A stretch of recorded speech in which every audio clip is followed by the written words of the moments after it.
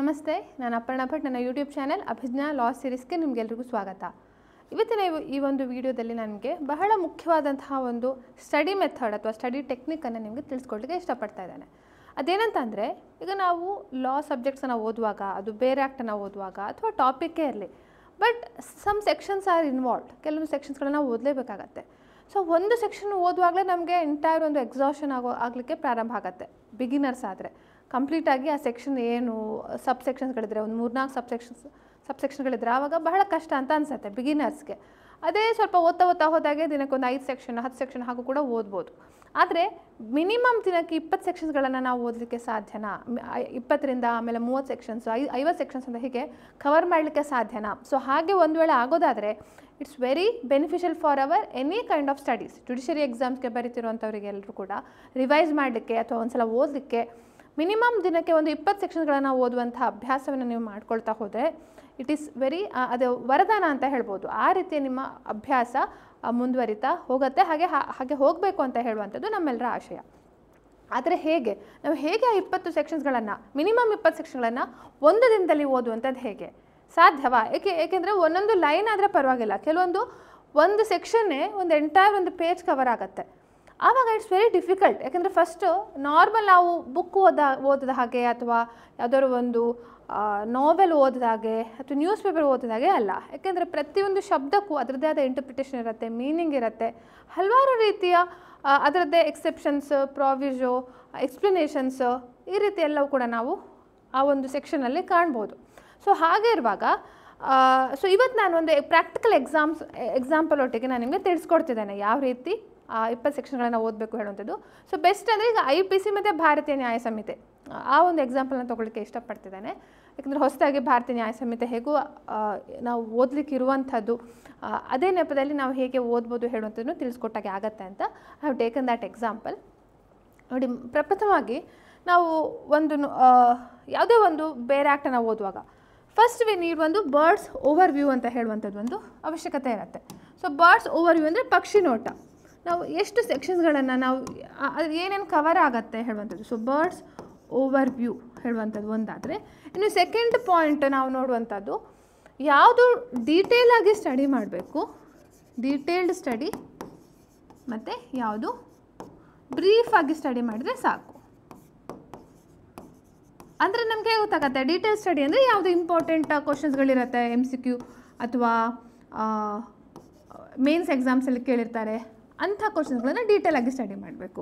ಇಲ್ವಾ ಜಸ್ಟ್ ಅದ್ರದ್ದು over view ಕಂಡ್ರೆ ಸಾಕು ಅಂತ ಹೇಳುವಂಥದ್ದು ಬ್ರೀಫಾಗಿ ಸ್ಟಡಿ ಮಾಡಬೇಕು. ಪಾಸಿಬಲ್ ಕ್ವಶನ್ಸ್ ಕೇಳಬಹುದು ಮುಂದೆ, ಬಟ್ ಇಲ್ಲಿ ತನಕ ತುಂಬ ಕ್ವಶನ್ಸ್ಗಳೇನು ಕೇಳಿಲ್ಲ ಹೇಳುವಂಥ ಆ ರೀತಿ ಸೆಕ್ಷನ್ಗಳಿರುವಂಥದ್ದು. ಸೊ ಹೀಗಿರುವಾಗ ಫಸ್ಟ್ ಈ ಬರ್ಡ್ಸ್ ಓವರ್ ವ್ಯೂ ಮಾಡುವಂಥದ್ದು ಯಾಕೆ ಮುಖ್ಯ ಹೇಳುವಂಥದ್ದನ್ನು I explain this with the help of a practical example. Okay, so ನಾನಿವತ್ತು IPCಯ ಭಾರತೀಯ ನ್ಯಾಯ ಸಂಹಿತೆ ಮತ್ತು IPC ಎರಡು ಎಕ್ಸಾಂಪಲ್ ತೊಗೊಳ್ಳೋಣ. ಒಫೆನ್ಸಸ್ ಅಫೆಕ್ಟಿಂಗ್ ಲೈಫ್ ಹೇಳುವಂಥ ಒಂದು ಚಾಪ್ಟರ್ ಇದೆ. ಆ ಒಫೆನ್ಸಸ್ ಅಫೆಕ್ಟಿಂಗ್ ಲೈಫ್ ಅಂದರೆ ಯಾವುದು ಬರುತ್ತೆ? ಈಗ ಮರ್ಡರ್, ರಾಂಗ್ಫುಲ್ ರಿಸ್ಟ್ರೆಂಟ್ ಅಥವಾ hurt, grievous hurt, kidnap, criminal assault, force, ಇದೆಲ್ಲವೂ ಬರುವಂಥ ಒಂದು ಚಾಪ್ಟರ್ ಇದು. ಓಕೆ, ಸೊ ಅದನ್ನೇ ಕೆಲವೊಂದು ಡಿವೈಡ್ ಆಗಿ ಭಾರತೀಯ ನ್ಯಾಯ ಸಂಹಿತೆಯಲ್ಲಿ offences against women and child ಹೇಳುವಂಥ ಚಾಪ್ಟರ್ನು ಕೂಡ ಮಾಡಿದ್ದಾರೆ. So let it be. ಅದೇ ನೋಡಿ, ಸೆಕ್ಷನ್ಸ್ಗಳು ಸುಮಾರು ಎಲ್ಲಿಂದ ಎಲ್ಲಿ ತನಕ ಇದೆ ಅಂತ ಹೇಳಿದ್ರೆ, IPC ತೊಗೊಂಡ್ರೆ ಸೆಕ್ಷನ್ 299ಇಂದ ಇಟ್ ಕವರ್ಸ್ ಅಪ್ ಟು ಸುಮಾರು 374 ತನಕನೂ ಬರುತ್ತೆ. ಅಂದರೆ ಸುಮಾರು 75 ಸೆಕ್ಷನ್ಸ್ಗಳು ಬರುವಂಥದ್ದು. ಆಯಿತಾ? ಸೊ ಅದೇ ನಾವು 100ಇಂದ ನೋಡಿದ್ರೆ 146. ಭಾರತೀಯ ನ್ಯಾಯ ಸಂಹಿತೆಯಲ್ಲಿ ಒಂದು 50 ಸೆಕ್ಷನ್ಗಳಾಗಿವೆ. ಯಾಕೆಂದರೆ ಉಳಿದಂಥ 25 ಸೆಕ್ಷನ್ಸ್ಗಳು ಬೇರೆ ಚಾಪ್ಟರ್ನಾಗಿ ವಿಂಗಡಣೆ ಮಾಡಿದ್ದಾರೆ. ಓಕೆ, ಮತ್ತು ಕೆಲವೊಂದು ಸೆಕ್ಷನ್ಸ್ಗಳನ್ನು ಕೂಡ ಇಲ್ಲಿ ಆ್ಯಡ್ ಮಾಡಿದ್ದಾರೆ. ಸೊ ಆದರೂ ಕೂಡ ಇಷ್ಟು ಸೆಕ್ಷನ್ಸ್ಗಳು ಇರುವಾಗ ನಾವು 2 ಎಕ್ಸಾಂಪಲ್ ತೊಗೊಳ್ಳೋಣ. ಒಫೆನ್ಸ್ ಅಗೇನ್ಸ್ಟ್ ಲೈಫ್ ಹೇಳುವಂಥ ಒಂದು ಸಬ್ ಟಾಪಿಕನ್ನು ನೋಡೋಣ. ಒಫೆನ್ಸ್ ಅಫೆಕ್ಟಿಂಗ್ ಲೈಫ್ ಮತ್ತು offences relating to hurt. So section 100 to ಸುಮಾರು 125 ತನಕ ಬರುತ್ತೆ. ಒಂದು 25 ಸೆಕ್ಷನ್ಸ್ಗಳ ಬಗ್ಗೆ ಒಂದು ಅಂದಾಜು ಸಿಗುತ್ತೆ ಹೇಗೆ ಓದುವಂಥದ್ದು ಅಂತ. ಅದೇ ರೀತಿಯಲ್ಲಿ ಇಲ್ಲೂ ಕೂಡ 299ಇಂದ 338 ತನಕ IPC ಆದರೆ ಈ ಸೈಡ್ IPC, ಇದು BNS ಇದು. ಸೊ ಜನರಲ್ ಆಗಿ ಹೇಗೆ ಅಂತ ಹೇಳುವಂಥದ್ದು. ಸೊ ಈಗ ನಾವಿಲ್ಲಿ ಇಷ್ಟು ಒಫೆನ್ಸ್ಗಳಿವೆ. ಈ ರೀತಿ ಒಫೆನ್ಸ್ಗಳೆಲ್ಲ ನಾವು ಕಾಣ್ತೇವೆ ಇಲ್ಲಿ ನಾವು ಹೆಡ್ಡಿಂಗ್ ನೋಡೋದಾದರೆ. ಸೊ ಏನು ಕಾಣುತ್ತೆ? ಇಟ್ಸ್ ಜಸ್ಟ್ ಒಂದಕ್ಕೊಂದು ಕಂಟಿನ್ಯೂಸ್ ಆಗಿ ಹೋಗ್ತಾ ಹೋಗುವಂಥದ್ದು. ಆಯಿತಾ. ಸೊ ಇದು ಒಂದು ನಮ್ಮ ಹಾಫೇ ಬಂದಾಗೆ ಬರ್ಡ್ಸ್ ಓವರ್ ವ್ಯೂ ಹೇಳುವಂಥದ್ದು. ಇಂಡೆಕ್ಸ್, ಈಗ ನಿಮ್ಗೆ ಅದೇ ನೀವು ಇಂಡೆಕ್ಸ್ ಮಾಡ್ಕೊಳ್ಬೋದು. ಅದೇ ನೀವು ಇದು ಸೇಮ್ ಅದರದ್ದು ಬೇರ್ ಆ್ಯಕ್ಟ್. ಸೊ ಬೇರ್ ಆ್ಯಕ್ಟ್ನ ಇದೇ ರೀತಿ ನೀವು ನೋಡಲಿಕ್ಕೆ ಹೋಗ್ತಾ ಹೋದರೆ ವಾಟ್ ಕ್ಯಾನ್ ಯು ರಿಮೆಂಬರ್? ಈಗ ನೀವೇ if when you are watching the screen which is more easy, ಈ ಆಫ್ಕೋರ್ಸ್ ಇದು ಇಂಗ್ರೀಡಿಯೆಂಟ್ಸ್ ಅದೆಲ್ಲ ಆ್ಯಡ್ ಮಾಡಿಲ್ಲ, ಆದರೂ ಸಹ ಬೇಸಿಕ್ ಈ ಸೆಕ್ಷನ್ ಈ ಹೆಡ್ಡಿಂಗ್ ನೆನ್ಪಿಟ್ಕೊಳ್ಳಿಕ್ಕೆ ವಿ ರಿಕ್ವೈರ್ ಟೈಮ್ ಅಲ್ವಾ. ಇದನ್ನೆಲ್ಲ ಆಮೇಲೆ ನಾವು ಕಲ್ತು ಬಿಡ್ಬೋದು. ಬಟ್ ಈ ಸೆಕ್ಷನ್ನು ಮತ್ತು ಈ ಒಂದು ಹೆಡ್ಡಿಂಗ್ ಏನು, ಸೊ ಜನರಲಾಗಿ ನೋಡ್ತಾ ನೋಡ್ತಾ ಹೋದಾಗೆ ವಿ ಗೆಟ್ ಎಕ್ಸಾಸ್ಟೆಡ್. ಹೇಗೆ ಓದುವಂಥದ್ದು ಅಂತ ಹೇಳುವಂಥ ಒಂದು ಚಿಂತೆ ಅದು ಒಂದು ಸಲ ಮನಸ್ಸಿಗೆ ಬಂದ ಹಾಗೆ ನೆಕ್ಸ್ಟ್ ಸೆಕ್ಷನ್ನ ನಾವು ಅಷ್ಟು ಇಂಟ್ರೆಸ್ಟಿಂಗಾಗಿ ಓದೋದಿಲ್ಲ. ಆಮೇಲೆ next section, so we may not be able to cover at least 2 or 3 sections also. 2-3 ಸೆಕ್ಷನ್ಗಳನ್ನು ಓದುವಂಥದ್ದು ಕಷ್ಟ ಆಗುತ್ತೆ. ಅದು ಈಗ ಕೆಲವ್ರಿಗೆ ಏನಿರುತ್ತೆ ಅಂದರೆ ನಾವು ಕಂಪ್ಲೀಟಾಗಿ ಫ್ರಮ್ ಬಿಗಿನಿಂಗ್ ಟು ಎಂಡ್ ಸಂಪೂರ್ಣವಾಗಿ ಮುಗಿಸ್ಬೇಕು ಹೇಳುವಂಥ, ಓದಿದರೆ ಮಾತ್ರ ಸಮಾಧಾನ ಅಂತ ಇರುವಂಥದ್ದು. ಅದು ಆ ರೀತಿಯಲ್ಲೂ ಕೂಡ ಮಾಡ್ಬೋದು. ಆದರೆ ಅದಕ್ಕಿಂತ ಮೊದಲು first you have to have the bird's overview. ಅದು ಹೇಗೆ ಅಂತ ಅಂದರೆ see here you have to prepare a chart, ಒಂದು ಚಾರ್ಟ್ ಥರ ಮಾಡ್ಕೊಳ್ಬೇಕು. ಸೊ ಇದನ್ನು ನಾನು ಈಗ ಎಷ್ಟು ಸೆಕ್ಷನ್, 75 ಸೆಕ್ಷನ್ನು 50 ಸೆಕ್ಷನ್ ಅಂತ ಹೇಳ್ದಲ್ಲ, ದ್ಯಾಟ್ ಹ್ಯಾಸ್ ಬೀನ್, ಇದು ನಮ್ಗೆ ಆಫ್ಕೋರ್ಸ್ ಆ ಆ್ಯಕ್ಟಲ್ಲೇ ಇದೆ, ಡಿವಿಷನ್ ಮಾಡಿದ್ದಾರೆ. Offences against life, offences relating to hurt, offences regarding wrongful restraint and wrongful confinement, ಅಥವಾ offences relating to criminal force and assault, ಮತ್ತು offences relating to kidnapping, abduction, slavery and force labour. So first we should be conversant with these, ಏನು ಬರುತ್ತೆ ಈ ಚಾಪ್ಟ್ರಲ್ಲಿ ಏನು ಬರುತ್ತೆ ಹೇಳುವಂಥದ್ದು. So entire ನಮಗೆ ನಾವು ಆವಾಗ ಎಷ್ಟು ಸೆಕ್ಷನ್ ನೋಡಿದ್ವಿ, ಸೆಕ್ಷನ್ 100 to ಸೆಕ್ಷನ್ 325, ಅದು ಇಲ್ಲಿ ತನಕ ಬರುತ್ತೆ ಹರ್ಟ್. ಇನ್ನು ಕಂಪ್ಲೀಟ್ ಆದರೆ 374. ಸೊ ಸುಮಾರು 74 ಸೆಕ್ಷನ್ಗಳ ತನಕ ನೋಡಿದ್ವಲ್ಲ, ಅಥವಾ 146 BNS ಅಲ್ಲಿ ಸೆಕ್ಷನ್ 146 ತನಕ. ಭಾರತೀಯ ನ್ಯಾಯ ಸಂಹಿತೆಯಲ್ಲಿ ಸುಮಾರು 40-45 ಸೆಕ್ಷನ್ಸ್ಗಳು, ಹಾಗೆ IPC ಆದರೆ ಸುಮಾರು 75 ಸೆಕ್ಷನ್ಸ್ಗಳ ಕವರೇಜು ಈ ಎಂಟೈರ್ 5 ವಿಭಾಗಗಳಲ್ಲಿ ಬರ್ತವೆ. ಸೊ ಫಸ್ಟ್ ನಾವು ಅದು ಡಿಟೇಲಾಗಿ ಓದೋಕ್ಕಿಂತ ಮೊದಲು ಈ ರೀತಿ ಹೇಗಾದರೂ ಕ್ಲಾಸಿಫಿಕೇಷನ್ ಆಗಿದೆಯಾ ಹೇಳುವಂಥದ್ದನ್ನು ನೋಡ್ಕೊಳ್ಬೇಕು. ಅದು ಆದ ನಂತರ ಈಗ ಒಫೆನ್ಸ್ ಅಗೇನ್ಸ್ಟ್ ಲೈಫಲ್ಲೇ ಮತ್ತೆ ಯಾವುದ್ಯಾವುದಿದೆ ಬೇರೆ ಥರ ನೋಡೋಣ. ಇದನ್ನು ಚೆಕ್ ಮಾಡಲಿಕ್ಕೆ ಹೋದರೆ ಇಫ್ ಸಪೋಸ್ ಇದು ಒಂದು ಜಸ್ಟ್ ಒಂದು ಹೆಡ್ಡಿಂಗ್ ಅಷ್ಟೇ ಬಿಟ್ಟರೆ ಇದರಲ್ಲಿ culpable homicide amounting to murder, causing death by negligence, ಹಲವಾರು ರೀತಿಯ ವಿಚಾರಗಳನ್ನು ನಾವಿಲ್ಲಿ ಕಾಣ್ತೇವೆ. ಸೊ ಈಗ ನೋಡಿ ಒಫೆನ್ಸಸ್ ಅಗೇನ್ಸ್ಟ್ ಲೈಫ್ ಈಗ ಚೇಂಜ್ ಆಯಿತು ನಮ್ಮ ಇದು. ಸೊ ಇದರಲ್ಲೇ ಮತ್ತೆ ಸಬ್ ಕ್ಲಾಸಿಫಿಕೇಷನನ್ನು ವಿ ಕ್ಯಾನ್ ಡೂ. ಅಂದರೆ ನಾವು ಯಾವುದು ಇಂಪಾರ್ಟೆಂಟ್ ಅಂತ ನಾವು ಹುಡುಕ್ತಾ ಹೋಗುವಂಥದ್ದು, ಬಟ್ ಇಂಪಾರ್ಟೆಂಟ್ ಅಂತ ಹುಡುಕುವಂಥ ಹೋಗುವಂಥ ಹಂತದಲ್ಲಿ ನಾವು ಎಲ್ಲದಗಳ ಪರಿಚಯ ನಮಗೆ ಇರಬೇಕಾಗತ್ತೆ. ಓಕೆ, ಸೊ ಇದರಲ್ಲೇ ಈಗ ನಾವು ಪಾಸಿಬಲ್ ಭಾರತೀಯ ನ್ಯಾಯ ಸಂಹಿತೆಯಲ್ಲಿ ಹೊಸದಾಗಿ ನ್ಯೂ ಆಫೆನ್ಸ್ಗಳನ್ನು ಆ್ಯಡ್ ಮಾಡಿದ್ದಾರೆ. ಸೊ ಅದಕ್ಕೋಸ್ಕರ ತುಂಬ ಇಂಪಾರ್ಟೆನ್ಸ್ ಬರುವಂಥ ಒಂದು ಸೆಕ್ಷನ್ಸ್ಗಳು ಯಾವುದು ಅಂದರೆ organised crime, petty organised crime ಮತ್ತು ಟೆರರಿಸ್ಟ್ ಆ್ಯಕ್ಟ್. ಈಗ ಮುಂಚೆ ಆದರೆ ಕಲ್ಪಬಲ್ ಹೋಮಿಸೈಡ್ ಅಂತ ಇತ್ತು, ಅದರಲ್ಲೂ ಕೂಡ if you have to see culpable homicide, murder, transferred malice ಅಂತ ಹೇಳುವಂಥದ್ದು ಬರುತ್ತೆ. ಮತ್ತು ಕಲ್ಪಬಲ್ ಹೋಮಿಸೈಡನ್ನು ನಾವು ಮತ್ತೆ ನೋಡ್ಲಿಕ್ಕೆ ಹೋದರೆ ಅದರದ್ದು ಇಂಗ್ರೀಡಿಯೆಂಟ್ಸ್ ಅದು ಡೀಟೇಲ್ ಆಗಿ ಸ್ಟಡಿ ಹೇಗೆ ಮಾಡಬೇಕು ಅನ್ನೋದು ನಾನು ನೆಕ್ಸ್ಟ್ ಇದರಲ್ಲಿ ಹೇಳ್ಕೊಡ್ತೇನೆ. ಬಟ್ ಆ ಎಂಟೈರ್ 20 ಸೆಕ್ಷನ್ಸ್ಗಳನ್ನು ಕವರ್ ಮಾಡುವಂಥದ್ದು ಹೇಗೆ, ಬೇಸಿಕ್ ಹೇಗೆ ಅಂತ ಹೇಳಿ ಇವತ್ತು ನಮ್ಮ ಕ್ಲಾಸಲ್ಲಿ ಇರುವಂಥದ್ದು. ಓಕೆ, ಸೊ ಇದು ಒಂದು ಅದರದ್ದೇ ಸಬ್ ಡಿವಿಷನ್ಸನ್ನು ನಾವು ಅರ್ಥ ಮಾಡಿಕೊಂಡು ಈಗ let's take the example of organised crime. Organised crime ಹೇಳುವಂಥದ್ದನ್ನು ಒಂದು ಎಕ್ಸಾಂಪಲ್ ತೊಗೊಳ್ಳೋಣ. ನೋಡಿ, ಆರ್ಗನೈಸ್ಡ್ ಕ್ರೈಮಲ್ಲಿ if you read the section, organised ಕ್ರೈಮ್ನ ಸೆಕ್ಷನ್ ಬರುವಂಥದ್ದು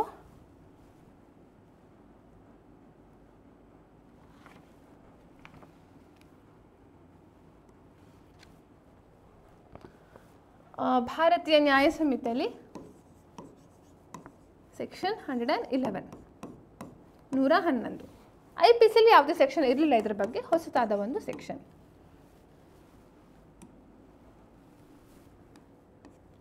IPCಯಲ್ಲಿ ನೋ ಸೆಕ್ಷನ್ ವಾಸ್ ದೇರ್, ಹೊಸದಾಗಿ ಇಂಟ್ರೊಡ್ಯೂಸ್ ಮಾಡಿತ್ತು. ಸೊ ನಾವು ಆ ಸೆಕ್ಷನನ್ನು ನೋಡ್ಲಿಕ್ಕೆ ಹೋದರೆ 111ನೇ ಸೆಕ್ಷನ್ ನೋಡ್ತೇವೆ ಅಂತ ಆದರೆ ಆವಾಗ ವಿ ಕ್ಯಾನ್ ಸಿ ಒಂದು ಸುಮಾರು ಒಂದು ಪೇಜ್ ಗಟ್ಟಲೆ ಪುಟಗಟ್ಟಲೆ ಇರುವಂಥದ್ದು ಡೀಟೇಲ್ ಆಗಿ ಕೊಟ್ಟಿದ್ದಾರೆ. ಯಾವುದನ್ನು ಓದಬೇಕು, ಹೇಗೆ ಓದಬೇಕು ಹೇಳುವಂಥದ್ದು ಕನ್ಫ್ಯೂಷನ್ ಸಹಜವಾಗಿ ಆಗುತ್ತೆ. ಸೊ ಅದಕ್ಕೆ ಆ ಸಬ್ ಸೆಕ್ಷನ್ಸ್ಗಳಿವೆಲ್ಲ ಏನೇನು ಹೇಳ್ತವೆ ಅಂತ ಒಂದು ಚಿಕ್ಕದಾಗಿ ನೋಟ್ ಮಾಡ್ಕೊಳ್ಳಿ. ಸೊ ಫಸ್ಟ್ ಸಬ್ ಸೆಕ್ಷನ್ ಇಂಗ್ರೀಡಿಯೆಂಟ್ಸ್ ಹೇಳ್ಬೋದು, ಆಮೇಲೆ ಎಕ್ಸ್ಪ್ಲನೇಷನ್ಸ್ ಹೇಳುತ್ತೆ, ಆಮೇಲೆ ಈಗ ಏನು ಬೌಂಡ್ರಿ ನಾನು ನೀಡಿದ್ದೇನೆ ಇದೆಲ್ಲವೂ ಕೂಡ ಅಗ್ರವೇಟೆಡ್ ಫಾರ್ಮ್ಸ್ ಅಂತ ಹೇಳ್ಬೋದು, ಅಥವಾ modified versions of this organised crime. So ಇದು ಆ್ಯಕ್ಚುಲಿ ಅಂಥ ಅವಶ್ಯಕತೆ ಇರೋದಿಲ್ಲ ನಮಗೆ ಎಕ್ಸಾಮ್ ಪರ್ಪಸ್ಗೆ, ಇದನ್ನು ನಾವು ಬಿಟ್ಬಿಡ್ಬೋದು. ಆಯಿತಾ. ಏನು ಹೇಳುತ್ತೆ ಅಂದರೆ ಒಂದು ಈಗ ಅಬೇಟ್ಮೆಂಟ್ ಮಾಡಿದರೆ, ಅಟೆಂಪ್ಟ್ ಮಾಡಿದರೆ, ಕನ್ಸಿಲ್ ಮಾಡಿದರೆ, ಹಾರ್ಬರ್ ಮಾಡಿದರೆ, ಅವರಿಗೆ ಆಶ್ರಯ ನೀಡಿದರೆ, ಅಥವಾ ಆರ್ಗನೈಸ್ ಕ್ರೈಮ್ ಸಿಂಡಿಕೇಟ್ನ ಮೆಂಬರ್ ಆದರೆ, ಆ ಪ್ರಾಪರ್ಟಿ ಆರ್ಗನೈಸ್ ಕ್ರೈಮಿಂದ ಬಂದಂತಹ ಪ್ರಾಪರ್ಟಿಯನ್ನು ಇಟ್ಕೊಂಡಿದ್ರೆ ಏನು ಅಂತ ಹೇಳಿ, ಇದೆಲ್ಲವೂ ಕೂಡ ಏನಾಗುತ್ತೆ ಅಂತಂದರೆ this is the modified version form of the organise crime. So ಯಾಕೆ ಕೊಟ್ಟಿದ್ದಾರೆ ಅಂದರೆ ಪನಿಷ್ಮೆಂಟಲ್ಲಿ ಬೇರೆ ಬೇರೆ ಇರುತ್ತೆ ಅಷ್ಟೇ ಹೊರತು ಎಕ್ಸಾಮ್ ಪರ್ಪಸ್ಗೆ ಓದುವಂಥವ್ರು. ಈಗ ನಾವು practically if you are a police officer, judicial officer, ಆವಾಗ ಬೇಕಿದ್ರೆ ಇದನ್ನೆಲ್ಲ ಡೀಟೇಲಾಗಿ ಓದುವಂಥ ಅಗತ್ಯತೆ ಇರುತ್ತೆ. ಬಟ್ ಎಕ್ಸಾಮಿನೇಷನ್ ಪರ್ಪಸ್ಗೆ we should have to study only this, ಇದನ್ನು ಡೀಟೇಲಾಗಿ ಓದಬೇಕು. So here comes the difference between how which one you are going to study in detail and which one you are going to study in brief. So ಇದನ್ನು ಬ್ರೀಫಾಗಿ ಗೊತ್ತಿರಬೇಕು, ಇದನ್ನು ಕಂಪ್ಲೀಟಾಗಿ ಬಿಡಬೇಕಂತ ಹೇಳೋದಿಲ್ಲ. ಹಾಂ, ಇದು ಇನ್ಕೋಹೆಟ್ ಅಂದರೆ ಅಪೂರ್ಣವಾದಂಥದ್ದು. ಅಟೆಂಪ್ಟ್, ಅಬೇಟ್ಮೆಂಟ್ ಇಲ್ಲ ನೋಡ್ಲಿಕ್ಕೆ ಹೋದರೆ ನೋಡಿ, attempt, conspires, knowingly facilitates commission of organise crime, preparatory act to organise crime, ಇದನ್ನೆಲ್ಲ ನಾವಿಲ್ಲಿ ಕಾಣುವಂಥದ್ದು. ಸೊ ಇದು ಜಸ್ಟ್ ನಾವು ಪಕ್ಕಕ್ಕೆ ಇಡೋಣ. ಹಾಗೆ ನಾವು ಕಲಿಯುವಂಥದ್ದು ಈ ಇಂಗ್ರೀಡಿಯೆಂಟ್ಸ್ ಹೇಳುವಂಥದ್ದು. ಸೊ ಇಂಗ್ರೀಡಿಯೆಂಟ್ಸ್ ಎಲ್ಲ ಏನು ಬರುತ್ತೆ, ಅದಕ್ಕೆ ಒಂದು ಲಿಸ್ಟ್ ಆಫ್ ಒಫೆನ್ಸ್ಗಳು ಬರ್ತವೆ. ಓಕೆ, ಈಗ ಆರ್ಗನೈಸ್ ಕ್ರೈಮಲ್ಲಿ ಜನರ ಒಂದು ಡೆಫಿನೇಷನ್ ಹೇಳುವಾಗ it's a continuing unlawful activity ಅಂತ ಹೇಳ್ತಾರೆ. Continuing unlawful activity of what offences ನೋಡಿ, ಒಂದು ಫುಲ್ ಒಂದು ಲಿಸ್ಟೇ ಕೊಟ್ಟಿದ್ದಾರೆ. Kidnapping, robbery, vehicle theft, extortion, land grabbing, contract killing, economic offence, cyber crimes, trafficking of person, ಸುಮಾರು ಬರುತ್ತೆ. Drugs, weapons, illicit goods or services ಹೇಳುವಂಥದ್ದು, ಅಥವಾ human trafficking for prostitution or ransom ಹೇಳುವಂಥದ್ದು. ಸೊ ಇದೆಲ್ಲವೂ ಕೂಡ ಏನಾಯಿತು ಅಂತಂದರೆ ಇದನ್ನು ನೆನ್ಪಿಟ್ಕೊಳ್ಳುವಂಥದ್ದು ಅವಶ್ಯಕತೆ ಇರುತ್ತೆ. ಎಕ್ಸಾಮಲ್ಲಿ ಮಲ್ಟಿಪಲ್ ಚಾಯ್ಸ್ ಕ್ವಶನ್ಸ್ಗೆ ಈ ರೀತಿದ್ದು organise crime includes continuing unlawful activity of ಅಂತ ಹೇಳಿಕೊಟ್ಟು 4 ಆಪ್ಷನ್ಸ್ಗಳನ್ನು ಕೊಡ್ತಾರೆ. ಸೊ ಹಾಗೆ ನೀವು ಈ ಇಷ್ಟು ಪಾಯಿಂಟ್ಸ್ಗಳನ್ನು ಮಾರ್ಕ್ ಮಾಡ್ಕೊಳ್ಬೇಕು. ಸೊ ನಾವು ಆವಾಗ ಹೇಳಿದ್ದು ಒಂದು ಸೆಕ್ಷನಲ್ಲಿ ನಾವು ಎಂಟೈರ್ ಇದನ್ನು ಓದಲಿಕ್ಕೆ ಹೋದರೂ ಸಹ we should pay we should concentrate more on this. ಹಾಗೆ ನಾವು ಇದು ಒಂದು ಸೆಕ್ಷನಲ್ಲಿ ಹೇಗೆ ಡಿವಿಷನ್ ಅಂತ ಹೇಳಿ ನಾವು ನೋಡಿದ್ವಿ. ಓಕೆ, ಒಂದು ಎಕ್ಸಾಂಪಲ್ ಏನಂದರೆ ಒಂದು ಸೆಕ್ಷನಲ್ಲಿ ಯಾವುದು ಡೀಟೇಲಾಗಿ ಸ್ಟಡಿ ಮಾಡಬೇಕು, ಯಾವುದು ಬ್ರೀಫಾಗಿ ಸ್ಟಡಿ ಮಾಡಬೇಕು ಅಂತ ಹೇಳುವಂಥದ್ದು. ಇನ್ನೊಂದೊಂದು ಎಕ್ಸಾಂಪಲ್ ಕೊಡ್ತಾನೆ. ಈಗ ಒಫೆನ್ಸಸ್ ಅಗೇನ್ಸ್ಟ್ ಲೈಫ್ ಆಯಿತು, ಹಾಗೆ ಒಫೆನ್ಸಸ್ ಅಗೇನ್ಸ್ಟ್ ಹರ್ಟ್ ಒಂದು ಚಾಪ್ಟರ್ ಅಂತ ನೋಡಿದರೆ it can be classified like this. Hurt ಅಂದರೆ ಏನು ಅಂತ ಹೇಳ್ತಾರೆ, ಗ್ರೀವಿಯಸ್ ಹರ್ಟ್ ಅಂದರೆ ಏನಂತ ಹೇಳ್ತಾರೆ, ವಾಲಂಟರಿ ಕಾಸಿಂಗ್ ಹರ್ಟ್ ಅಂದರೆ ಏನಂತ ಹೇಳ್ತಾರೆ, ವಾಲಂಟರಿ ಕಾಸಿಂಗ್ ಗ್ರೀವಿಯಸ್ ಹರ್ಟ್ ಅಂತ ಹೇಳ್ತಾರೆ. ಪ್ಲಸ್ ಅಗ್ರವೇಟೆಡ್ ಆಫೆನ್ಸ್ಗಳನ್ನು ಕೂಡ ಸಪ್ರೇಟ್ ಆ ಹರ್ಟಿಗೆ ಸಂಬಂಧಪಟ್ಟ ಹಾಗೆ ಅದನ್ನು ಡೀಟೇಲಾಗಿ ಹೇಳ್ತಾರೆ. ಸೊ ನಾವು ಎಕ್ಸಾಮ್ ಪರ್ಪಸ್ಗೆ ಓದುವಾಗ ಎಲ್ಲಿ ಡೆಫಿನೇಷನ್ಗಳಿರ್ತವೆ ಅವುಗಳನ್ನೆಲ್ಲ ಓದ್ತಾ ಹೋಗಬೇಕು. ಆದರೆ ಈ ಅಗ್ರವೇಟೆಡ್ ಆಫೆನ್ಸ್ಗಳಲ್ಲಿ ಏನಿರ್ತವೆ ನೋಡಿ, ಜಸ್ಟ್ ಹೇಳುವಂಥದ್ದು ಈ ಹರ್ಟ್ಗೆ ಸಂಬಂಧಪಟ್ಟಾಗೆ ಆಲ್ಮೋಸ್ಟ್ ಕೆಲವೊಂದು ಇಂಪಾರ್ಟೆಂಟ್ ಆಗುತ್ತೆ. ಬಟ್ ಬೇರೆ ಕೇಸಸ್ಗಳೆಲ್ಲವೂ ಕೂಡ ದಿಸ್ ವುಡಂಟ್ ಬಿ ಇಂಪಾರ್ಟೆಂಟ್. ಮೇನಾಗಿ ನಮಗೆ ಹರ್ಟ್ ಡೆಫಿನೇಷನ್ ಏನು, ಗ್ರೀವಿಯಸ್ ಹರ್ಟ್ನ ಡೆಫಿನೇಷನ್ ಏನು. ಗ್ರೀವಿಯಸ್ ಹರ್ಟ್ ಅಂದರೆ ಈಗ ಉದಾಹರಣೆಗೆ ಇಲ್ಲಿ ನೀವು ಕಾಣ್ತಾ ಇರುವಾಗೆ ನೋಡಿ 8 ಟೈಪ್ಸ್ ಆಫ್ ಆ್ಯಕ್ಟ್ಸ್ಗಳನ್ನು ಹೇಳಿದ್ದಾರೆ. 8 ಟೈಪ್ಸ್ ಆಫ್ ಆ್ಯಕ್ಟ್ಸ್ ಅದನ್ನು ಬ್ಯಾಟ್ ಮಾಡಿಕೊಳ್ಳೇಬೇಕು. ಓಕೆ, ಅದು ಒಂದು ಸೆಕ್ಷನ್. ಸೊ ನೀವು 20 ಸೆಕ್ಷನ್ಗಳು ಓದುವಂಥದ್ದಿದ್ರೂ ಸಹ ಅದರಲ್ಲಿ ಹಾರ್ಡ್ಲಿ ನೀವು 5 ರಿಂದ 6 ಸೆಕ್ಷನ್ಗಳನ್ನು ಡೀಟೇಲಾಗಿ ಥರೋ ಆಗಲಿಕ್ಕೆ ಇರುತ್ತೆ ಹೊರತು ಈಗ ಅದರಲ್ಲೇ ನಾವು ಈ ಅಗ್ರವೇಟೆಡ್ ಫಾರ್ಮ್ಸ್ ಅಂತ ನಾನು ಅವಾಗ ಏನು ಚಾರ್ಟ್ ತೋರಿಸಿದೆ, ಇದೇ ಸುಮಾರು 7-8 ಸೆಕ್ಷನ್ಗಳಾಗ್ತವೆ. ಇದನ್ನು ಯು ಕ್ಯಾನ್ ಸ್ಕಿಪ್ ಇಟ್, ಡೀಟೇಲಾಗಿ ಓದೋದನ್ನ ಸ್ಕಿಪ್ ಮಾಡ್ಬೋದು. ಓಕೆ, ಸೊ ನೋಡಿ ಇಲ್ಲಿ ಇದೆಲ್ಲವೂ ಕೂಡ dangerous weapons, extort property or illegal act, extort ಕನ್ಫೆಷನ್ನು, ಹರ್ಟಿಗೆ ಸಂಬಂಧಪಟ್ಟ ಇದು ಕೆಲವೊಂದು ಇಂಪಾರ್ಟೆಂಟ್ ಇದೆ. MCQದಲ್ಲಿ ಡೇಂಜರಸ್ ವೆಪನ್ಸ್ಗೆ ಸಂಬಂಧಪಟ್ಟ ಕ್ವಶನ್ಗಳೆಲ್ಲ ಇಂಪಾರ್ಟೆಂಟ್ ಇವೆ.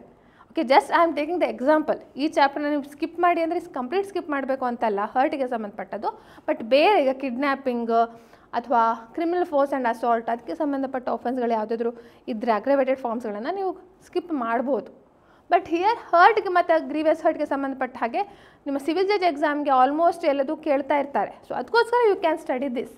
But generally I am saying ಯಾವುದೇ ನೀವು ಟಾಪಿಕ್ ತೊಗೊಳ್ಳಿ, ಒಂದು ಸಬ್ ಕ್ಲಾಸಿಫಿಕೇಷನ್, ಒಂದು ಗುಂಪು ಇದ್ದೇ ಇರುತ್ತೆ.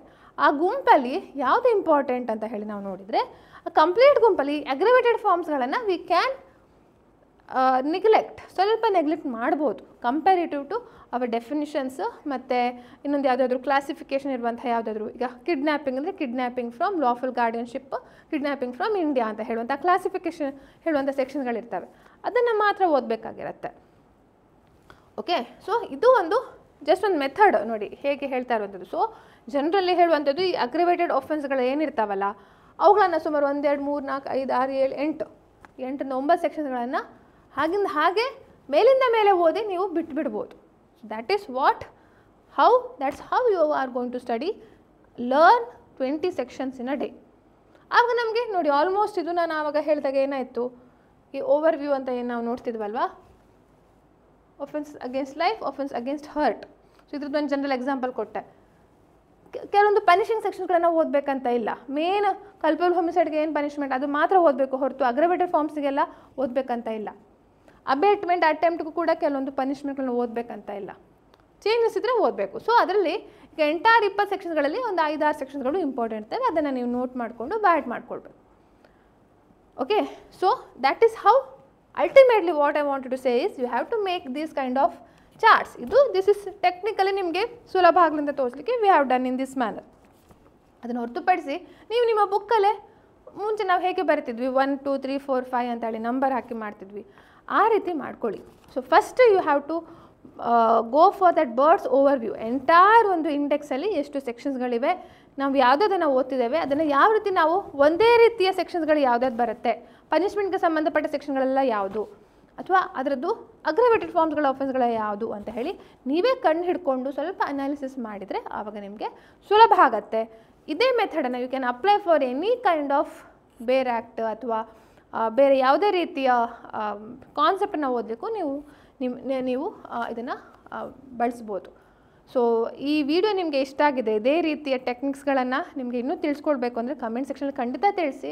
ಇನ್ನೊಂದು ಎಕ್ಸಾಂಪಲ್ ಒಟ್ಟಿಗೆ ಭಾರತೀಯ ನಾಗರಿಕ ಸುರಕ್ಷಾ ಸಂಹಿತೆ ಎಕ್ಸಾಂಪಲ್ ಒಟ್ಟಿಗೆ ನಿಮಗೆ ತೋರಿಸ್ಕೊಡ್ತೇನೆ, ಮತ್ತು ಹೇಗೆ ಯಾವ ರೀತಿ ನಾವು ಚಾರ್ಟ್ಸ್ ಮಾಡಬೇಕು, ಹೇಗೆ 20-30 ಸೆಕ್ಷನ್ಗಳನ್ನು ದಿನದಲ್ಲಿ ಓದಬೇಕು ಅಂತ ಹೇಳುವಂಥದ್ದು.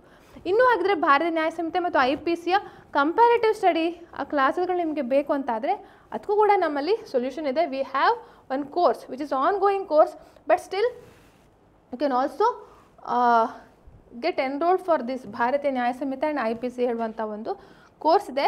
ರೆಕಾರ್ಡೆಡ್ ಲೆಕ್ಚರ್ಸ್ಗಳು ಕೂಡ ಸಿಗ್ತವೆ. ಹಾಗೆ ಇನ್ನು ಒಂದು ಸ್ವಲ್ಪ ದಿನ ಏಪ್ರಿಲ್ 19 ತನಕ ಲೈವ್ ಕ್ಲಾಸ್ ಆಗ್ತಾಯಿದೆ, ಅದು ಕೂಡ ನೀವು ಈ ಕ್ಲಾಸಿಗೆ ಎನ್ರೋಲ್ ಆಗ್ಬೋದು ಅಂತ ಹೇಳ್ತಾ, ಹಾಗೆ ಬೇರೆ ಕೋರ್ಸಸ್ಗಳು ಕೂಡ ಕಾನ್ಸ್ಟಿಟ್ಯೂಷನ್ ಹೇಳುವಂಥ ಒಂದು ಬುಕ್ ಇದೆ, CPC ಹೇಳುವಂಥ ಒಂದು ಬುಕ್ ರಿಲೀಸ್ ಆಗಿದೆ, ಅದನ್ನು ಕೂಡ ನೀವು ಪರ್ಚೇಸ್ ಮಾಡ್ಬೋದು. Or through Amazon also you can purchase ಅಂತ ಹೇಳ್ತಾ ಇವತ್ತಿನ ವೀಡಿಯೋನ ಮುಗಿಸ್ತಾ ಇದ್ದೇನೆ. ಹಾಗಿದ್ರೆ ಇಷ್ಟ ಆಗಿದ್ದರೆ ಲೈಕ್, ಕಮೆಂಟ್, ಶೇರ್, ಸಬ್ಸ್ಕ್ರೈಬ್ ಮಾಡಲಿಕ್ಕೆ ಮರಿಬೇಡಿ.